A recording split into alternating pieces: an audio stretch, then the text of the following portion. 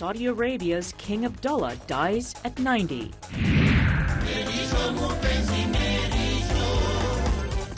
In our Music Maker segment, Congolese musicians solo Sita. And all things Jurassic dominate the London Toy Fair. Africa 54 starts right now. Hello and welcome. I'm Vincent McCorry. This is Africa 54. The mood on the streets of Saudi Arabia's capital Friday was one of deep sorrow as prayers for King Abdullah were said in mosques across the nation following his death. King Abdullah was carried in a simple white shroud into a mosque in Riyadh today, in keeping with ascetic traditions. Worshippers knelt for traditional prayers as the Imam announced the succession. King Abdullah's brother Salman takes the throne, with his half-brother Mureen as the heir and nephew Mohammed bin Nayef as deputy crown prince. In the kingdom's strict Wahhabi sect of Sunni Islam, ostentatious displays of grief are frowned upon after previous deaths of Saudi monarchs and other top royals. There was no official period of mourning and flags were at full mast. King Abdullah's body was later carried by male relatives to the cemetery and he was buried in an unmarked grave. Now, even as new Saudi King Salman pledged on Friday to maintain existing energy and foreign policies, condolences for King Abdullah continue to pour in from around the world. King Abdullah, a longtime U.S. ally in the fight against terrorism and Islamic extremism, died Thursday. He was believed to have been 90 years old and had been ill for a long while. U.S. President Barack Obama offered his personal condolences and the sympathies of the American people to the Saudi people and royal family. Former Israeli President Shimon Peres remembers him as a strong leader. I admired his position. I think it has influenced many people all around the places. And I do hope that his legacy, as well as his proposal, will remain as a good memory for his long serving his own people and for a long trying, an important one, to bring peace to the Middle East. The head of the International Monetary Fund says she admired the late king's accomplishments beyond his economic reforms. Very often Saudi Arabia is portrayed as a place where women do not play quite the same role, but His Majesty was determined to actually change gradually the situation. The late king's half-brother, Prince Salman, is the new Saudi leader. In an address to the nation on state television Friday, he pledged to keep the Quran as a centerpiece of legislation and continue the policies of his predecessor. World oil prices jumped in an immediate reaction as news of Abdullah's death added to some uncertainty in energy markets. Well, for more perspective on the death of Saudi Arabia's King Abdullah, we are joined by VOA correspondent Sharon Bain. Sharon, welcome to Africa 54. Thank you very much. Now, from what we have heard, the messages coming in indicate that this was a man who was fairly admired. In fact, including former Israeli President Shimon Peres. It says he's a person he admired a lot. What was so distinctive about him? I think he was seen as a very strong leader who managed to keep Saudi Arabia, united and had forged very strong policies. Just this morning, Secretary of State John Kerry, he described him as a brave partner in countering terrorism and extremism, and he has been a very strong ally. He had been a very strong ally of the United States, especially in countering groups like the Islamic State or Daesh, which is operating in Syria and Iraq. And as a matter of fact, Saudi Arabia is a member of the coalition that's conducting airstrikes against that terrorist group. So I think everybody really admired him. The United States definitely saw them as a very strong partner.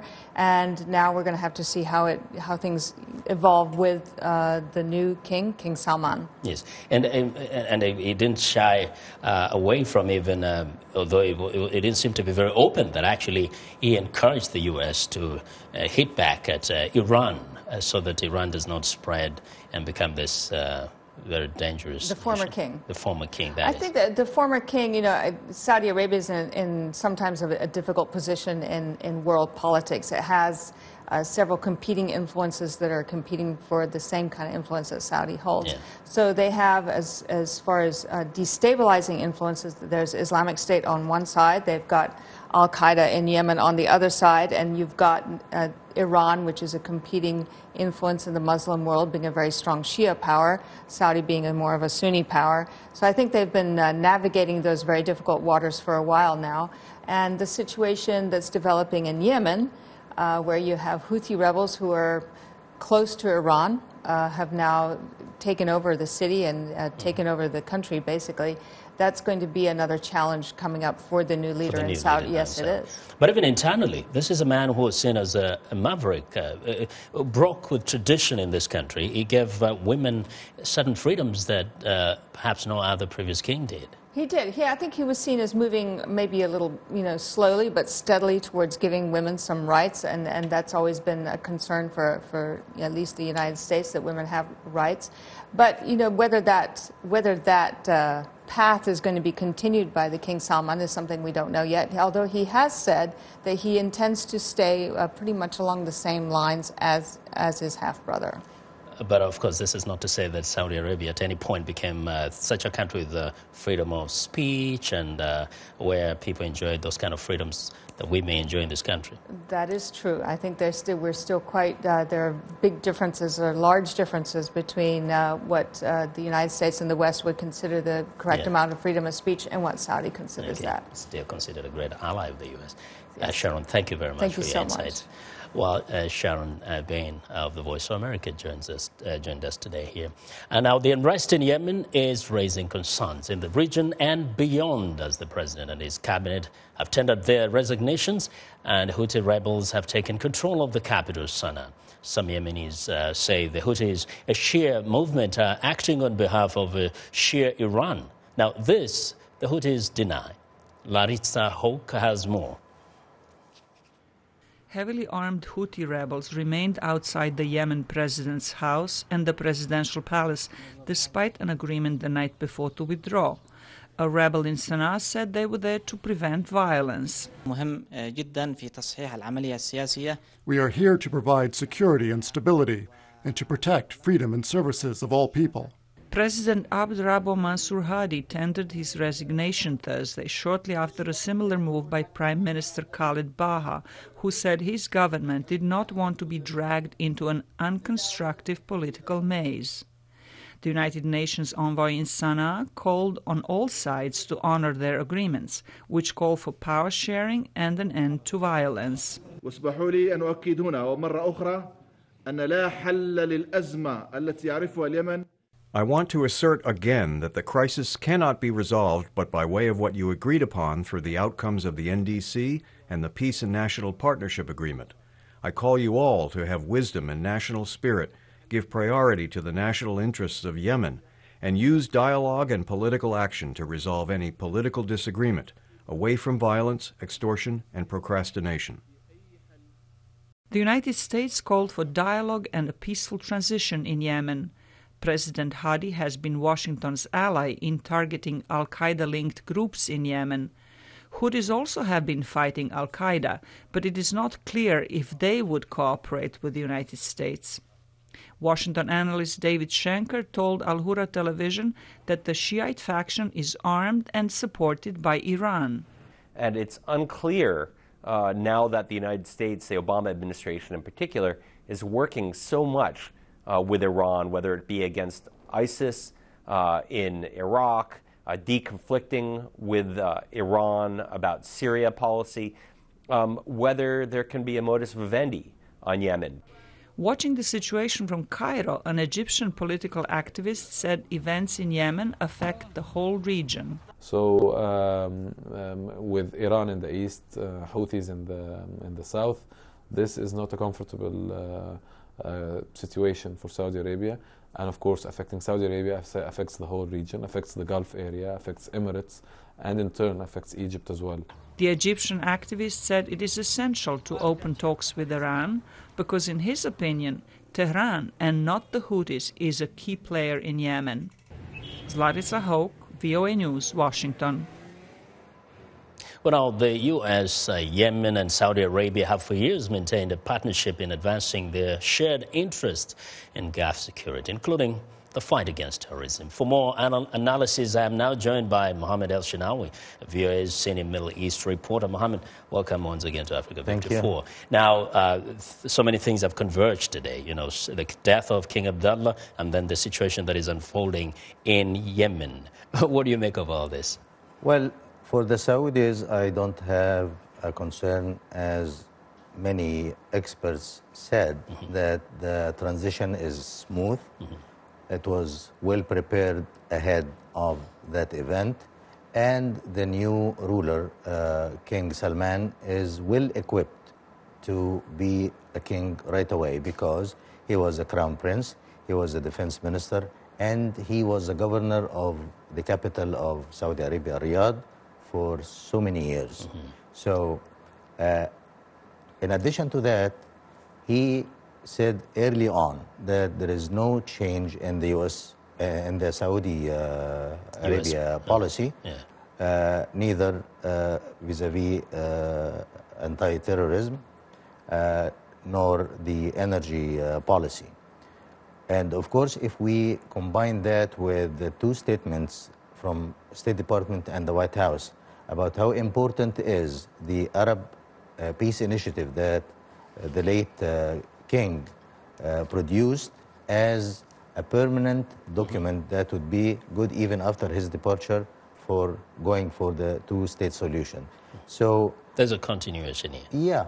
Yeah, but then how does this play into the unfolding situation in Yemen? Some saw Saudi Arabia as playing a very important part, but also very much affected by whatever happens in Yemen. Well, it has been for years a proxy war between Saudi Arabia and Iran in Yemen. But now the Houthis are yielding more power, and that would scare the Sunni tribes that are supported by Saudi Arabia, and experts are fearing that they would have to ally themselves with Al-Qaeda in the Arabian Peninsula as a counterpart, because the Houthis are just relying on weapons, and the tribes would have to find a strong ally to fight back. That would be very dangerous for the U.S. because the United States has been relying for years on the Yemeni government to fight back Al-Qaeda in the Arabian Peninsula. And now Houthis are chanting the same Iranian Revolutionary Guards chanting death to America. So America now is facing two enemies in one country, and its policy toward Al-Qaeda is being threatened unless there is some sort of an agreement that could be reached between Houthis and the Yemeni government. Then it would be a real problem. Well, we'll definitely continue this conversation. Mohammed, thank you very much. Thank you for your insights. VOA senior Middle East reporter Mohammed El-Shenawi. While speaking to Al Hura TV, David Schenker, Al Zain Fellow and Director of the Program on Arab Politics at the Washington Institute, says the situation in Yemen is unpredictable and only time will tell how things will turn out. The Houthis, we don't know if they're going to cooperate on the counterterrorism mission. This has been, whether it be drones, fighting Al-Qaeda, this has been the primary aspect of the U.S. relationship with Sana'a. That is that we cooperate with President al-Hadi or anyone else in Sana'a to fight Al-Qaeda. The Houthis certainly have a problem with Al-Qaeda, but whether they will cooperate with us in the same way is an unknown. I don't think there was any view that that anything could have been done by the United States. And in fact, what's being done now is really, preparations for the withdrawal of the U.S. Embassy. This is, incredible setback, I think is how it's viewed in Washington. Well, that was David Schenker, director of the program on Arab politics at the Washington Institute. We want to know what you think about Africa 54 and the stories we cover. Join the conversation on Facebook. The address is Africa 54. And check out our headlines 24/7 on voaafrica.com. Coming up, the sounds of Congolese musician Solo Sita. Stay with us.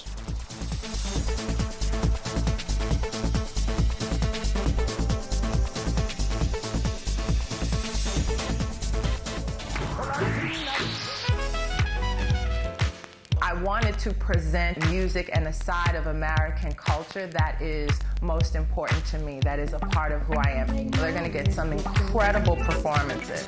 That's one of the things I love, bringing these artists in so you can get to see them do what they do. It's soul music, and that's what music is. It's that which comes from the soul.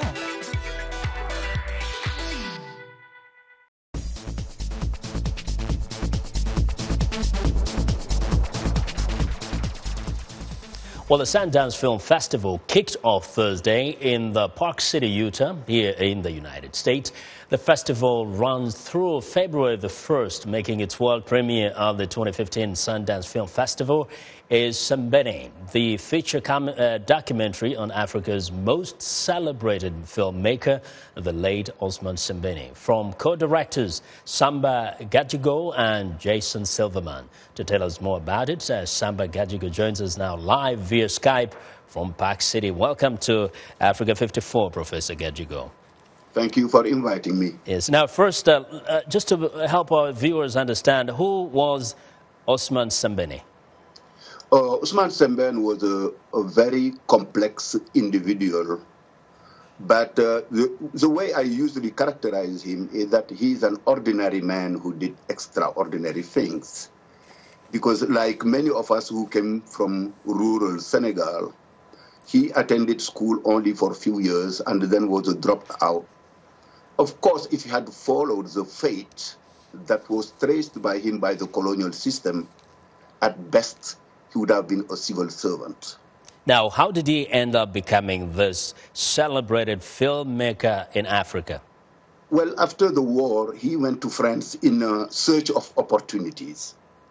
He became a dock worker in Marseille, and the context was really very ripe for him because it was after the war. Marseille was bubbling with revolutionary energy. And while Sembene was there, he was working at the dock. He was meeting progressive people from around the world who came to Paris, black intellectuals who came from France, who came from the West Indies, who came from other parts of Africa. So there was a kind of synergy. Now, and Sembene took that opportunity really to reinvent himself. Now you've made a film about him. Just tell us a little bit about this film very quickly and how significant it is that it is being premiered at this festival.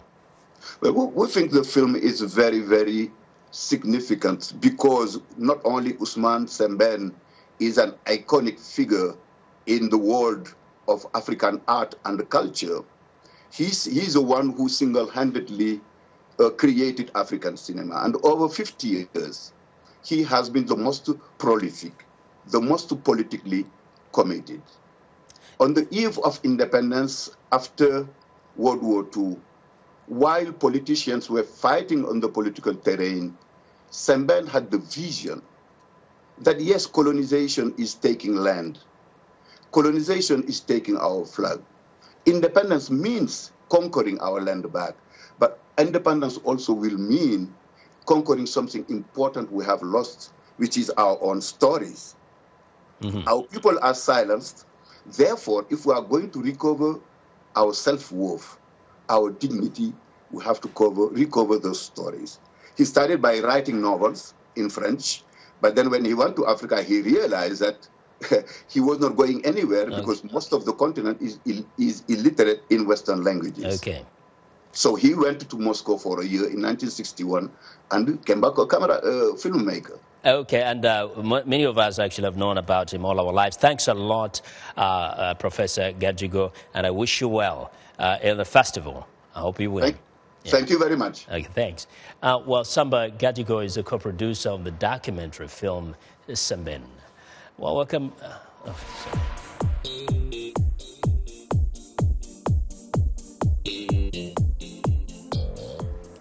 Welcome back. It's Music Maker Friday, and today we are featuring a new video called Mary Jo by Congolese musician Solo Sita.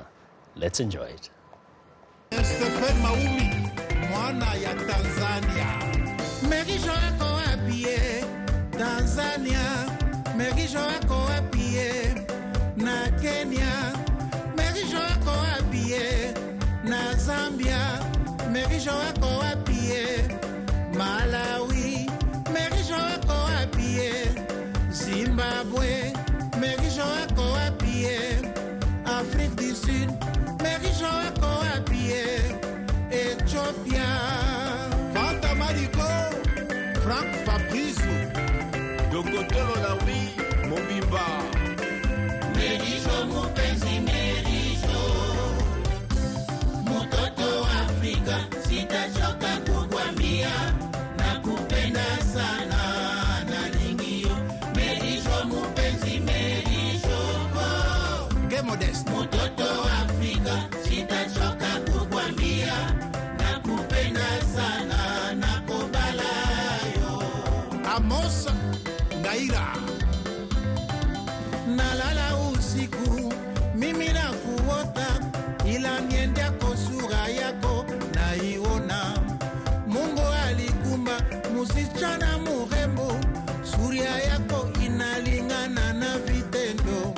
Nitakwambije vile ninavyokupenda sherie. Atobi Jacomenia. Mary Jo mupenzi, Mary Jo. Afrika maraponio. Mutoto Afrika, sitachoka kukwambia, nakupenda sana nalingio. Reza. Mary Jo mupenzi, Mary Jo. Mutoto Afrika, sitachoka kukwambia, nakupenda sana nakobalayo. Zuberi Musabara, Dokotolo Lawi. Naomba unifunguli koko yako dafatali Fini Mgaza. Mary Jo mwene tabasamu kama asali. Mapenzi yangu kwako Mary ina kweli. Prince, chef d'état-major. Usiniteze teze ifoshe. Mapena sikudani utamini vile. Wow, the Solo Sita. There, it's time now for a short break. Still to come on Africa 54. Dinosaurs roar to life at the London Toy Fair. We'll be right back.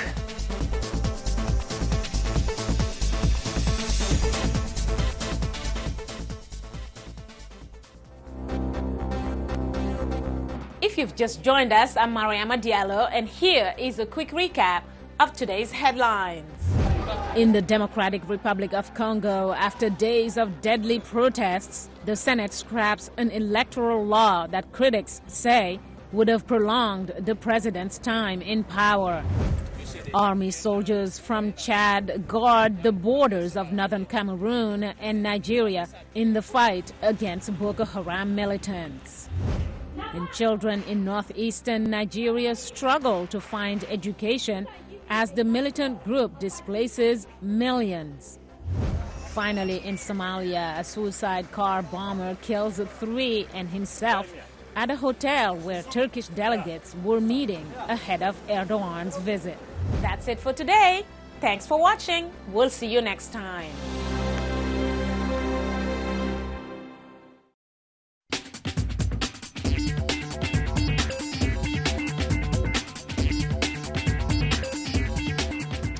Welcome back to Africa 54. An unexpected surprise from a tech giant tops our list of what's trending today.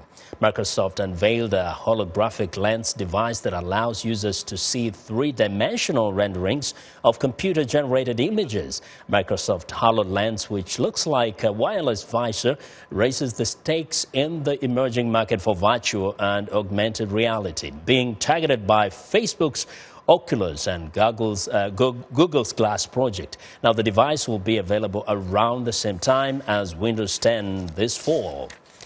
Well, if you can't afford to buy the goggles, how about using your smartphone to take a trip to the virtual world?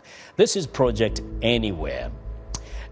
Using low-cost materials and a mobile phone, Project Anywhere was created by a Greek student with a budget of less than 300 euros. A mobile phone is mounted on a 3D printed mask and becomes a stereoscopic display. A sensor tracks your body movement, and 3D printed gloves collect your hand movements. Now, the data is then uploaded on the cloud and downloaded in real time on your mobile phone, allowing for interactivity. Science fiction just became reality, even if it's only virtual. And finally, dinosaurs come roaring back to life in London. This robotic dinosaur looks straight off the set of upcoming Hollywood movie Jurassic World. He responds to movements and opens his eyes into roaring into life. If you're in the market for a dinosaur of your very own, this rubber dino will set you back around $7,500. Other hot trends at the fair include Japanese mascots, plush costumes, and lots of smart technology. There is even a little something for James Bond fans. The retro-inspired 007 Aston Martin miniature features all of the working parts of the original, including the famous ejector seat. And that is what is trending today.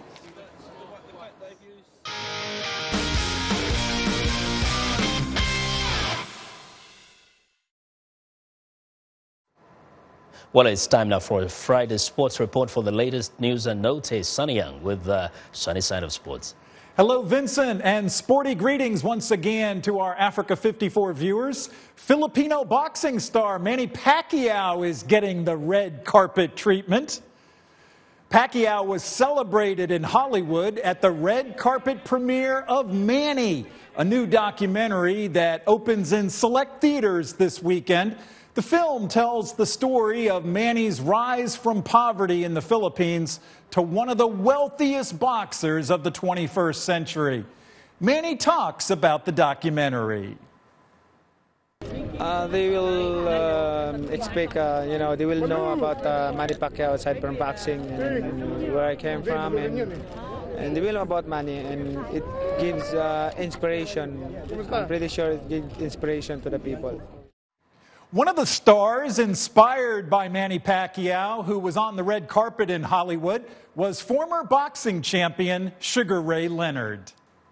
Well, I'm sure there's many facets of Manny Pacquiao that the public's not privy to. And, I look at him as a philanthropist, a fighter in and outside the ring, a guy who gives from the heart, fights from the heart. He's one of a kind.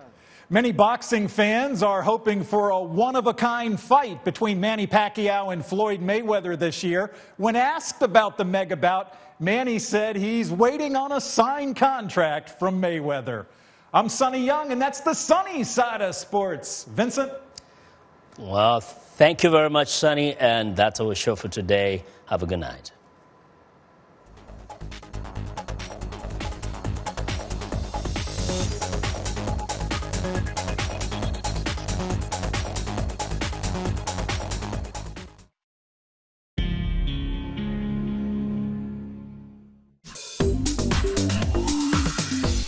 Welcome to English in a Minute.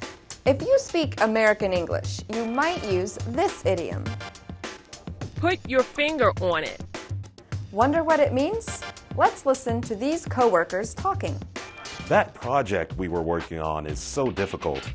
It was hard to decide how we can get it done on time. People had some really good ideas, but I couldn't quite put my finger on it. I could not decide what to do. Then I was glad Dina spoke up. She had the right idea. Always. What does it mean when she says, I couldn't quite put my finger on it? Was she trying to touch something, but could not reach it? In a way, yes. But she was not trying to touch a real thing. Usually, it is an idea or thought that someone is reaching for when they use this idiom. And that's English in a Minute.